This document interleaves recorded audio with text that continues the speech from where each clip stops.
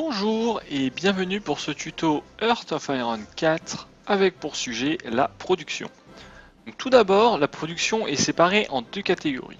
La production dite civile et la production dite militaire. Donc la production civile, vous y accéderez par ici dans le menu construction. Donc, dans le menu construction, vous voyez tout d'abord en haut le nombre d'usines civiles qui vous est disponible pour faire de la construction civile, avec les informations combien viennent grâce à votre commerce et combien viennent grâce au fait que vous possédez des industries. Donc ici, nous possédons un total de 187 industries disponibles. Nous avons ici un petit modificateur de la vitesse de construction qui va accélérer le processus de construction de nos bâtiments. Finalement, nos biens de construction vont être premièrement mangés, on va dire ça comme ça, par ce qui s'appelle les biens de consommation. Donc, en fonction de votre loi de consommation, une certaine partie, en pourcentage, de votre production civile va être prise. Dans notre cas, c'est 15%, parce qu'on est en économie de guerre.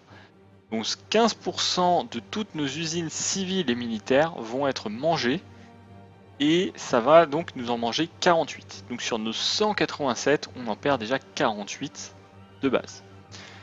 Puis, on va encore avoir à donner de l'industrie pour chaque commerce qu'on fait. En fait, on verra dans l'épisode de commerce, quand vous faites du commerce, pour recevoir 8 points de ressources, vous devez donner 1 point d'usine civile. Dans notre cas, on doit donner 48 usines civiles à d'autres pays. L'Allemagne, l'Italie, le Brésil et l'Iran, avec différentes valeurs. On voit ce qu'on reçoit actuellement en échange de cela. Les usines civiles qui restent vont aider à la construction des bâtiments en dessous. Donc en dessous, il y a une liste de construction de bâtiments qui peut être plus ou moins longue en fonction de ce que vous prévoyez. Chaque bâtiment a une ligne avec premièrement la province ou la région dans laquelle c'est construit, le type de construction, ici c'est un réacteur nucléaire. On peut monter, descendre ou monter de la quantité à produire. Donc là il y a un 1, ça veut dire qu'on va en produire une. Si on trouve là par exemple il y aura un 2, c'est-à-dire qu'il y en a 2, et ainsi de suite. Les petites icônes comme ça avec le rouge et la clé à molette signifient que c'est de la réparation et non de la construction. La réparation se fait automatiquement petit à petit, mais bien évidemment, si vous mettez des industries civiles pour les construire, ça ira plus rapidement. Finalement, il y a la colonne du nombre d'industries civiles qui sont en train de construire le dit bâtiment. Chaque construction peut avoir au maximum 15 industries civiles qui le construisent. La construction la plus en haut de la liste reçoit 15 usines civiles, puis le reste descend jusqu'à ce qu'il n'y en ait plus. Donc là, tout cela, on arrive à les fournir de 15. Celui-là, on n'en a plus que 6 de disponibles. Tout le reste ne reçoit aucune usine civile pour les produire. Ensuite, chaque usine civile va produire une certaine quantité, c'est-à-dire normalement 5 points, qui est modifié par le bonus qui était indiqué au-dessus de 50%. Donc maintenant, chaque usine produit 7,5 points, parce qu'il y a plus 50%. Donc on a une vitesse de construction de 112,5, parce qu'on a 15 usines qui produisent 7,5 chacune. Donc avec ça, ça va remplir la barre de coût. En l'occurrence, ce bâtiment-là, il coûte 15 000 points d'industrie civile. Donc en fonction des bâtiments, vous allez voir le coût de construction. Donc celui-là, il va coûter 3000 points d'infrastructure civile. La base aérienne, 1250.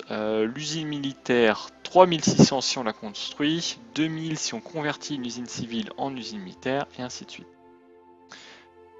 Les types de bâtiments qu'il y a.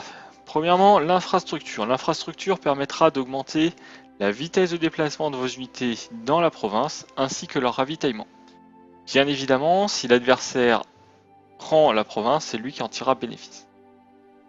D'ailleurs, c'est vrai que pour tous les bâtiments, s'il prend la province, c'est lui qui en tirera bénéfice.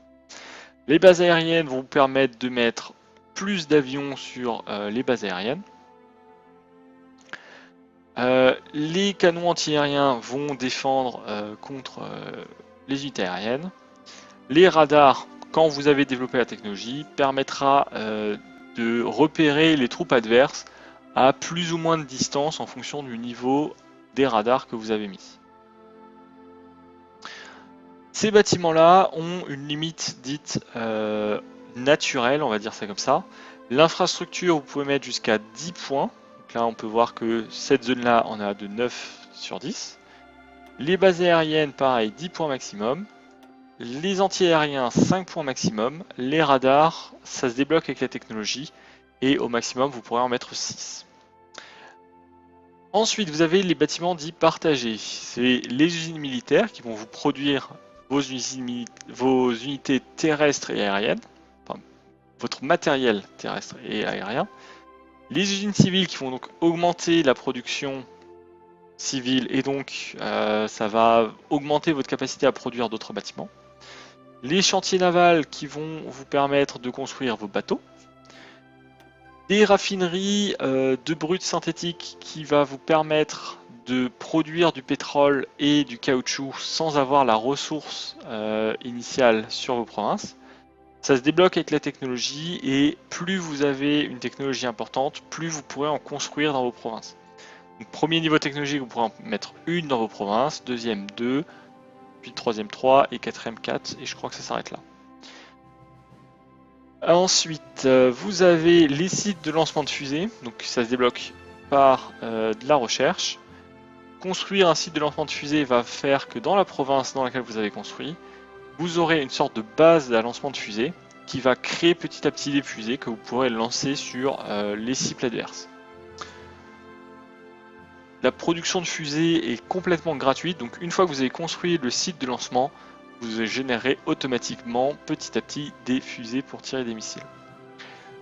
Vous avez le réacteur nucléaire, celui-là il se débloque aussi avec la technologie. Une fois que vous l'avez construit et que vous avez la technologie de bombe nucléaire, en fonction du nombre de réacteurs nucléaires que vous possédez, vous allez générer des bombes nucléaires pour pouvoir tirer sur vos adversaires et vous faire plaisir avec des bombes nucléaires. Ces bâtiments-là sont dits partagés parce que vous avez un nombre limité de bâtiments que vous pouvez mettre et si vous mettez une industrie militaire dans la province, ça va aussi prendre un point d'industrie civile maximum. Donc par exemple, dans cette province, je peux mettre 9 bâtiments maximum. On peut voir que j'ai actuellement une usine militaire, 5 usines civiles, une raffinerie, un réacteur nucléaire en construction. Je ne peux mettre que un autre de ces bâtiments-là dedans, pas plus. Donc c'est vraiment, il faut faire un choix dans ce que vous avez besoin. Donc, si vous avez plutôt besoin d'augmenter votre capacité civile à construire, vous allez vouloir faire des unités civiles. Si vous avez besoin d'unités militaires, de matériel militaire, vous allez faire l'usine militaire, le dock et ainsi de suite. Donc c'est là où il faudra vraiment faire un choix sur qu'est-ce qu'il faut construire où. Ensuite, vous avez des infrastructures provinciales. Toutes celles-là, elles affectaient la région. Donc là, on peut voir que c'est tous les Midi-Pyrénées. Pareil pour si je prends les canons antiaériens, c'est tous les Midi-Pyrénées.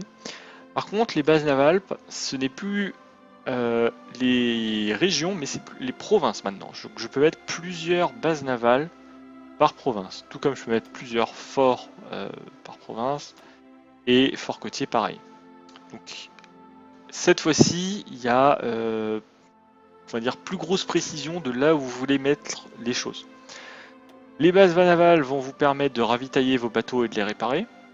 Ça apporte aussi du ravitaillement aux troupes terrestres s'ils font un débarquement quelque part. Vous aurez plus de ravitaillement parce que vous avez des grandes bases navales.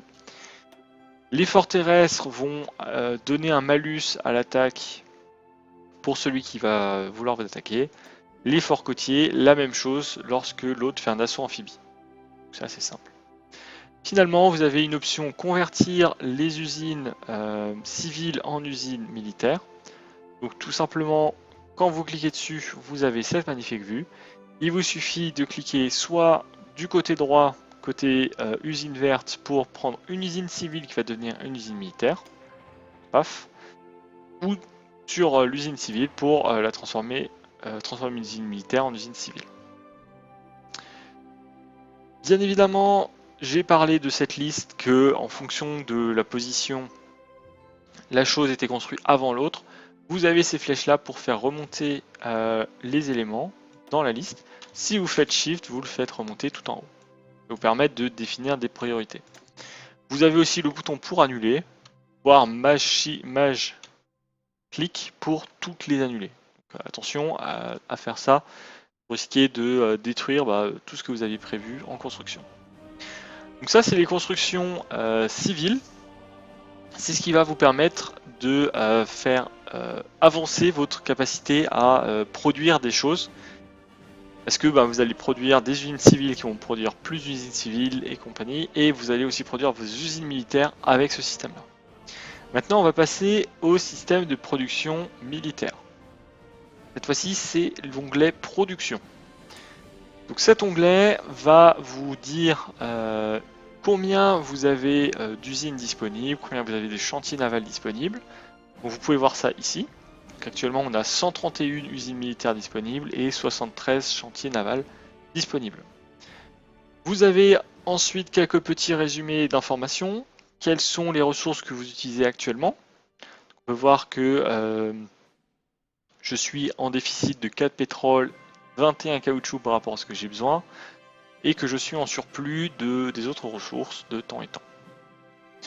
On a des informations sur la limite de productivité, sur la vitesse de production des usines, sur la vulnérabilité de nos usines au bombardement, sur le maintien de productivité, on va voir à quoi ça correspond, et sur le gain de productivité. Donc là, vous avez ces informations ici. Ici, vous avez les 3 boutons pour créer des nouvelles lignes de production. Donc ici, en fait, ce que vous voyez, c'est une ligne de production. Ici, on a une ligne de production d'armes légères. Ici, une ligne de production de matériel de soutien. Si je veux une nouvelle ligne de production, je clique ici et je sélectionne le type de ligne que je veux. Par exemple, artillerie avancée, qui va apparaître ici en bas. Je vais la supprimer. Vous avez les productions infanterie-artillerie, les productions de blindés, les productions d'avions. Donc, ils sont séparés pour rendre la vie plus facile.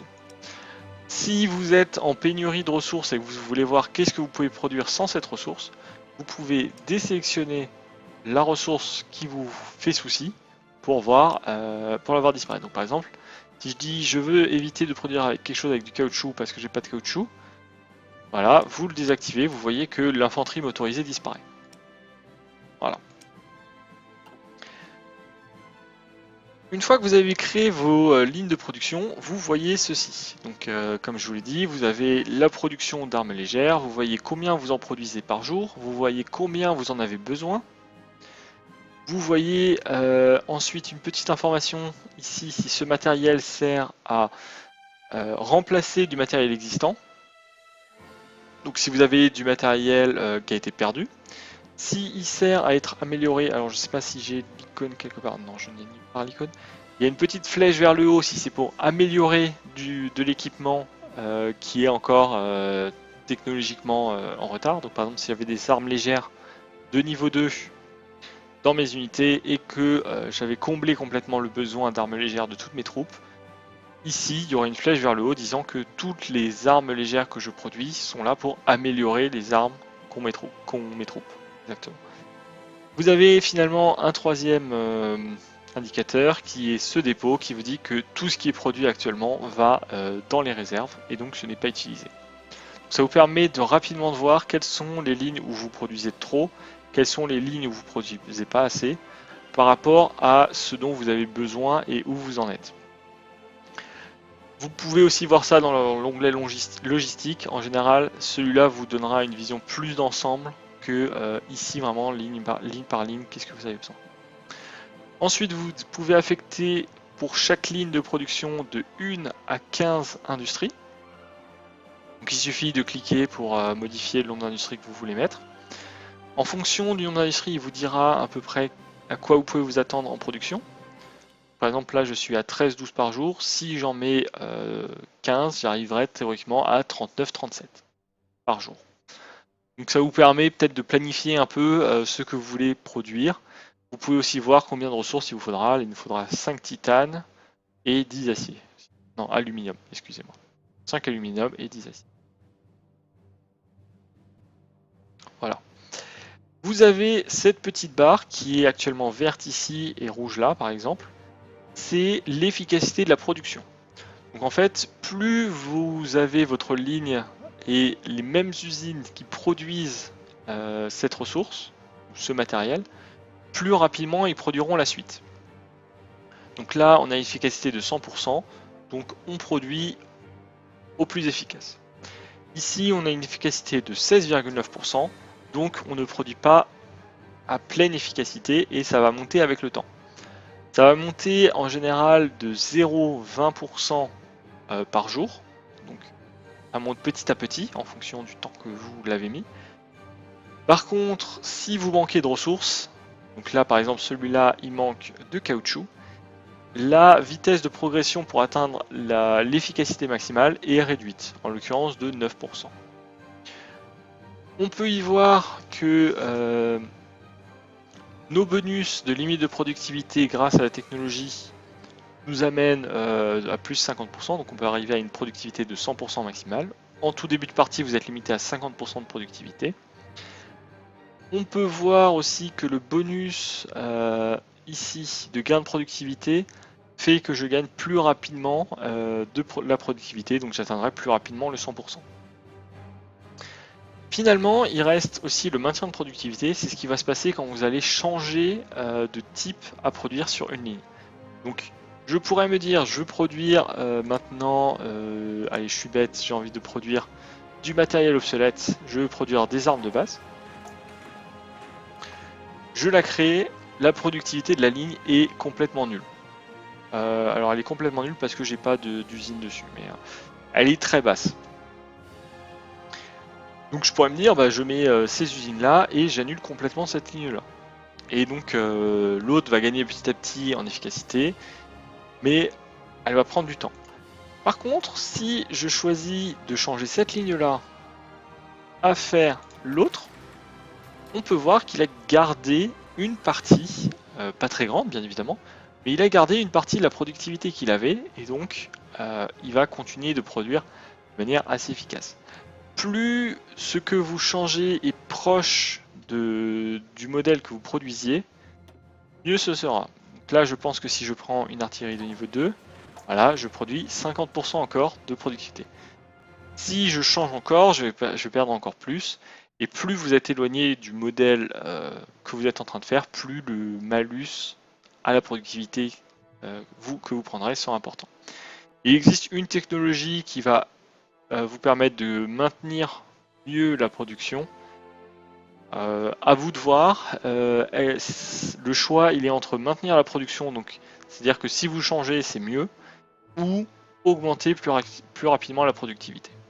Donc c'est une technologie qu'il faut choisir entre les deux.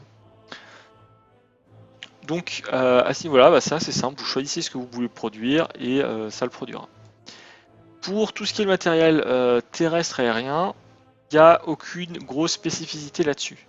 Sur les bateaux, c'est un peu plus compliqué. Tout d'abord, vous devez choisir combien vous voulez produire de ce type de bateau. Donc soit infini, 1, 2, 3, 4, 10, 20. Qu'il est produit à la chaîne, donc c'est d'abord il en sort un, puis il sortira le suivant, puis le suivant, puis le suivant. Et vous pouvez choisir où est-ce qu'il va être déployé. Donc là par exemple, ces cuirassés sont déployés dans ma flotte qui s'appelle Destroyer. Alors ne me demandez pas pourquoi elle s'appelle comme ça, mais elle s'appelle comme ça. Vous pouvez aussi lui dire de se déployer dans un port, donc par exemple, hop, ils seront déployés dans Gibraltar. Donc dès que la production sera terminée, il ira soit dans le port que vous avez désigné, soit dans la flotte que vous avez désignée. Ce qui vous permet de facilement dire où vont vos bateaux et les répartir en fonction sur vos flottes qui en ont besoin. Ensuite, il y a les convois, ils sont un peu particuliers. Eux, ils vont aller dans votre stock de convois qui se trouve là-bas en haut, qui est utilisé pour les débarquements, pour le déplacement de troupes et pour le commerce. Donc c'est toujours bon d'en produire au moins un peu parce que vous allez en perdre parce qu'on vous coule les bateaux, vous allez en avoir besoin pour le commerce et pour déplacer vos troupes. Si jamais vous avez besoin de déplacer plein de troupes d'un coup par voie maritime, c'est mieux d'avoir du stock que de vous dire ah mince, je peux que transporter la moitié de mon armée à la fois, je vais devoir attendre quasiment un an pour transporter toute l'armée complète. Voilà. Ensuite, dernier point important, les chars, les avions et les bateaux ont la possibilité d'avoir des modèles différents. Donc, par exemple, je vais enlever l'obsolète. Ici, j'ai des chars de technologie chars léger 3. Vous pouvez voir que c'est tous les trois des chars léger 3, mais ils ont des noms différents. En fait, vous pouvez créer des variantes de vos chars avec ce bouton-là. Donc ça va vous offrir ce petit écran. Et grâce à l'expérience terrestre pour les chars, navale pour les bateaux, aérienne pour les avions, vous pouvez choisir d'améliorer un aspect de votre unité. Par exemple, je peux améliorer le canon principal de ce char, ça va me coûter un certain nombre de points d'expérience. Et quand je sauvegarderai, ça me créera un nouveau modèle, dont je peux changer le nom ici. Par exemple, je l'appelle Tuto. Je fais sauvegarder, et maintenant j'ai un nouveau modèle de char Tuto qui a donc le blindage augmenté, la fiabilité augmentée, le canon principal augmenté et le moteur augmenté par rapport au modèle de base qui a 0 partout. C'est la même chose pour les avions, sauf que c'est des statistiques différentes disponibles. Et la même chose pour les bateaux, et encore une fois, c'est des statistiques différentes disponibles. Sachant que très certainement, je n'ai pas trop regardé, mais les destroyers auront des éléments différents d'un sous-marin et d'un porte-avions et des différentes unités. Ces modifications vous permettent d'améliorer vos bateaux, chars, avions pour être mieux adaptés à la situation que vous rencontrez. Si par exemple vous rencontrez plus d'infanterie avec de l'anti-char et que vos chars ils se font déglinguer, vous pouvez peut-être envisager d'augmenter le blindage de vos blindés. Si vous voulez que vos blindés ils traversent les steppes russes à 80 km/h, vous allez vouloir augmenter la vitesse de vos blindés. Donc c'est vraiment au choix que vous voulez faire pour essayer de modifier vos modèles au mieux selon vos besoins. Bien évidemment, quand vous faites ça, et vous allez devoir généralement changer la ligne de production, parce que vous êtes parti d'un modèle très proche, normalement, vous allez perdre très peu de productivité. Donc là, par exemple, on a juste changé un tout petit peu le modèle, on perd que 10% de productivité lors du changement. Donc, il faut vraiment pas hésiter à faire des nouveaux modèles pour justement améliorer vos chars qui seront distribués à vos armées. Bien évidemment, il faudra d'abord produire les chars pour qu'ils aillent à vos armées, pour que vos armées en tirent bénéfice. Voilà. Et donc, sur ce, je pense qu'on a fini tout le système de production civile et militaire. Et je vous souhaite une bonne soirée et à la prochaine sur mes tutos et sur mon channel. Salut!